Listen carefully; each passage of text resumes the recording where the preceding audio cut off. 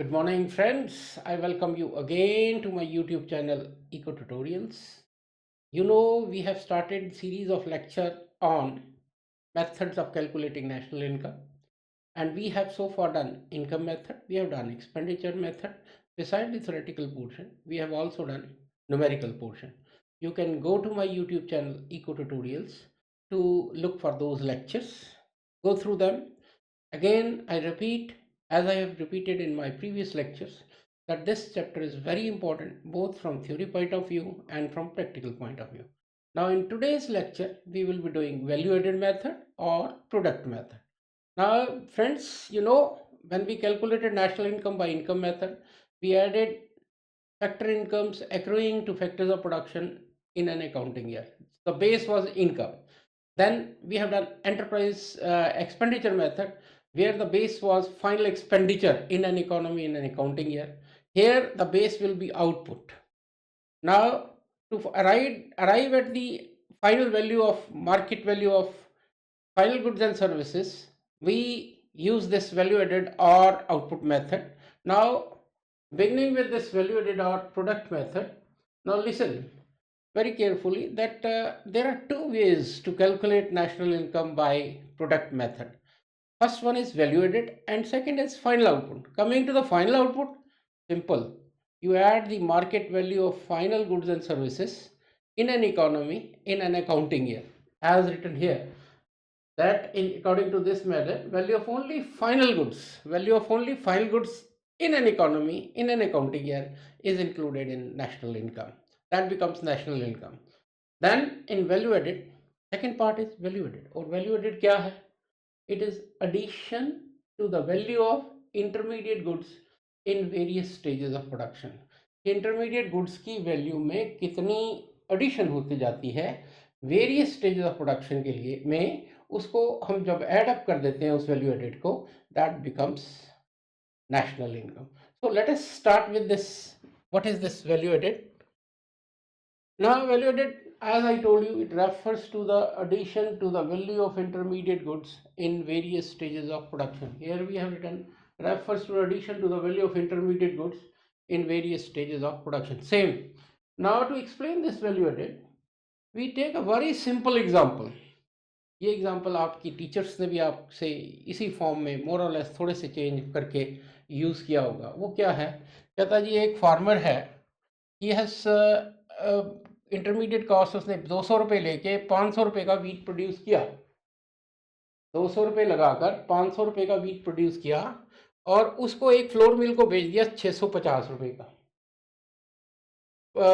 500 रुपये का उसने फ्लोर मिल को बेच दिया और फ्लोर मिल ने क्या किया, उसका फ्लोर बनाकर 650 रुपये का बेकर को बेच दिया और बेकर ने क्या किया, उसको 800 रुपये में ब्रेड्स बनाकर कंज्यूमर्स को बेच दी. अब इसको हमने कैसे इसको किया है, let me divide the screen for better understanding. Although this is done here, लेकिन फिर भी for better understanding let us divide the screen. Now here there are four stages. Four stages. One is, who is the producing enterprise? And what is the value of output? Then cost of intermediate good, and then it is value added. सबसे पहले मैंने कहा कि ये stage producing enterprise है farmer, जैसे कि यहाँ लिखा हुआ है. कहता इसने 200 रुपये की कॉस्ट इनकर किया. दैट मीन्स इंटरमीडिएट गुड्स को बीज ले लिया, कुछ खाद ले ली, ये 200 रुपये का हो गया. और इसने वीट प्रोड्यूस किया 500 रुपीज का.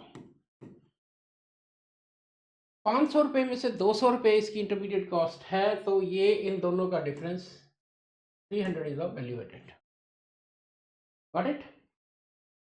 फार्मर से ये वीट जो है एक फ्लोर मिल के पास आया. फ्लोर मिल, उसने फ्लोर बनाकर कितने का, देखो ही flour mill sells flour to baker, value of output है 650. लेकिन इस 650 में उसने ये खरीदा है फार्मर से 500 रुपीज का, ये इसकी इंटरमीडिएट कॉस्ट होगी, इन दोनों का difference that is 150। Then flour mill से जो बेकर है उसने इसकी ब्रेड्स बनाकर कितने की बेची? देखो, बेकर ने इसको यहाँ पर फ्लोर मिल है, यहाँ पर ये बेकर है, इसने ब्रेड्स बनाकर 800 रुपये की बेची है। लेकिन 800 में 800 रुपये की बेची, 650 इसका इंटरमीडिएट कॉस्ट है, तो इसका मतलब इसका डिफरेंस आ गया 150। You edit total addition to the value of good, total addition to the value of good from intermediate stage to the final stage is 300 plus 150 plus 150, that is 600। अब national income में क्या करेंगे हम? National income में हम 600 include करेंगे, not this. अगर इस वैल्यू को ऐड करते हैं तो क्या होता है मैं अभी आपको बताऊंगा। This is 1950। Hello for difference between 1950 and 600, you are going to add 600। ये 1950 ऐड करते हैं तो इसको हम कहते हैं double counting. I am coming to that now. Now what is value added? Now value added is nothing, value of output minus intermediate consumption. Value of output, this is I have done value of output minus intermediate consumption. So what I have done, value added अभी आपने की वो क्या था? Value of output minus intermediate consumption. अब इसमें दो terms use हुई हैं, एक वैल्यू ऑफ आउटपुट और एक intermediate consumption. How to derive this value of output? Value of output, अब वैल्यू ऑफ आउटपुट के लिए सिंपल फॉर्मूला है, that is sales plus change in stock.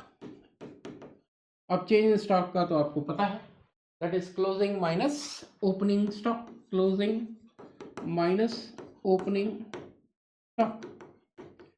ये जो चीज़ें हैं वैल्यू ऑफ आउटपुट वगैरह कैसे डिराइव करना है, ये जब न्यूमेरिकल पोर्शन करोगे तब आपको इन चीज़ों का सिग्निफिकेंस पता चलेगा।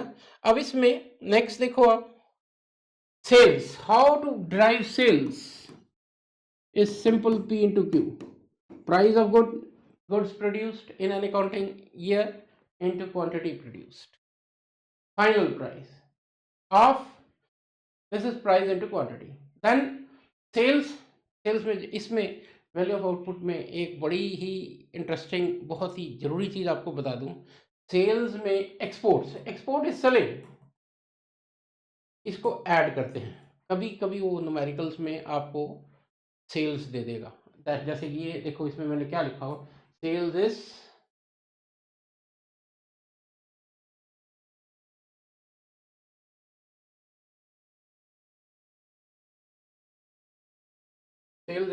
this one, sales is equal to domestic sales plus exports। अगर इंपोर्ट होगा वो इंटरमीडिएट कंजम्पशन में जाएगा, आगे करते हैं। इसी तरह देखो डोमेस्टिक सेल्स में क्या किया उसने, अगर डोमेस्टिक सेल्स इस तरह फार्मूले में इसको ऐसे भी दे सकता है, simple household sector, government sector और other firms plus production for self consumption. अभी आप इसकी प्रिकॉशंस करोगे तो मैं आपको बताऊंगा कि imputed value of production for self consumption include होती है नेशनल इनकम में। आपको मैंने इम्प्यूटेड वैल्यू का कंसेप्ट बताया था कि इकोनॉमिक्स का ये बहुत ही इंपॉर्टेंट कंसेप्ट है। सो ये वैल्यू ऑफ आउटपुट का आपको मैंने प्रोसेस बता दिया कि what is this. Now coming to the next slide, now what is this?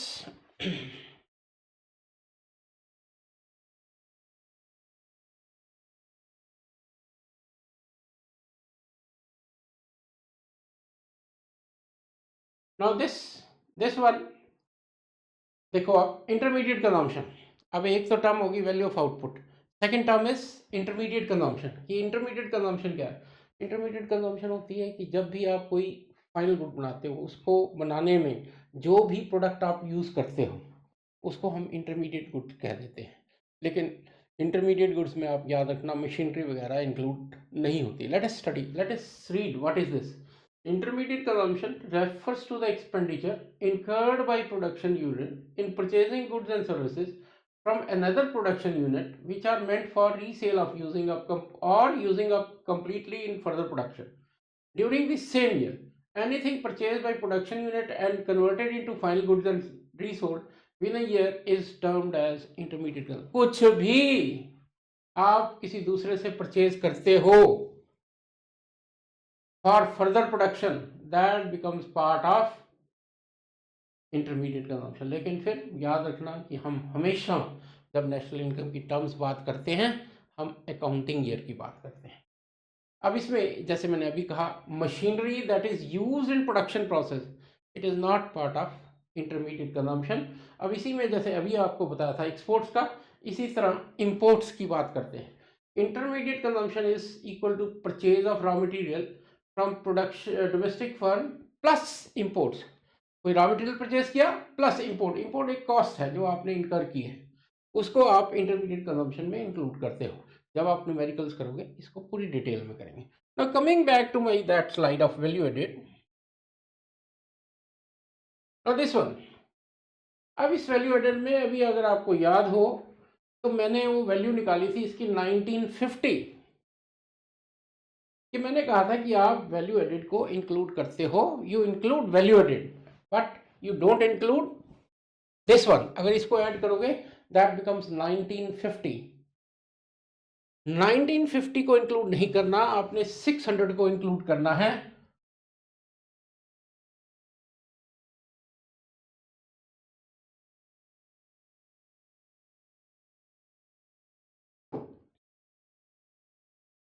Just see, मैंने क्या कहा कि आपने इसको you are supposed to include this value added, not this value of output। अगर वैल्यू ऑफ आउटपुट को मैं include कर ही देता हूं तो क्या होगा, इसको हम कहते हैं, ये देखो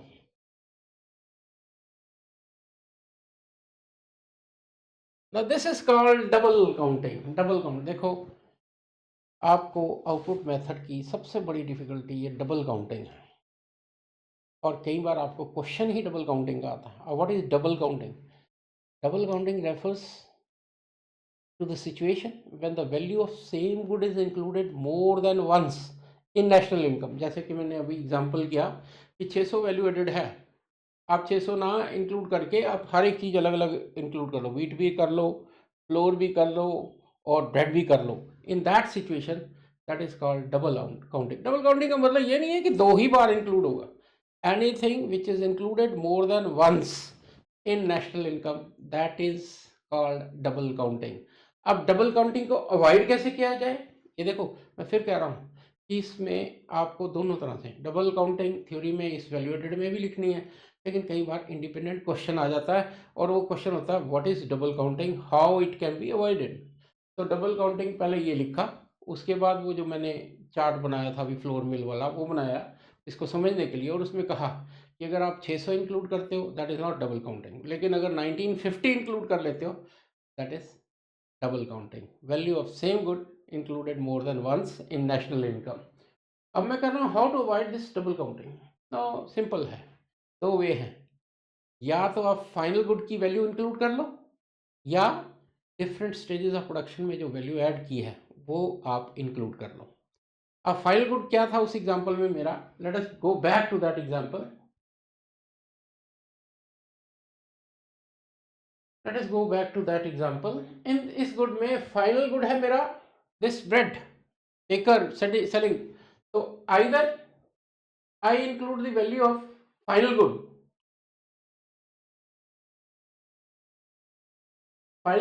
और आई इंक्लूड फाइनल गुड है सपोज कर लो ब्रेड। अगर ब्रेड को इंक्लूड कर लेते हैं then that is the way to avoid double counting.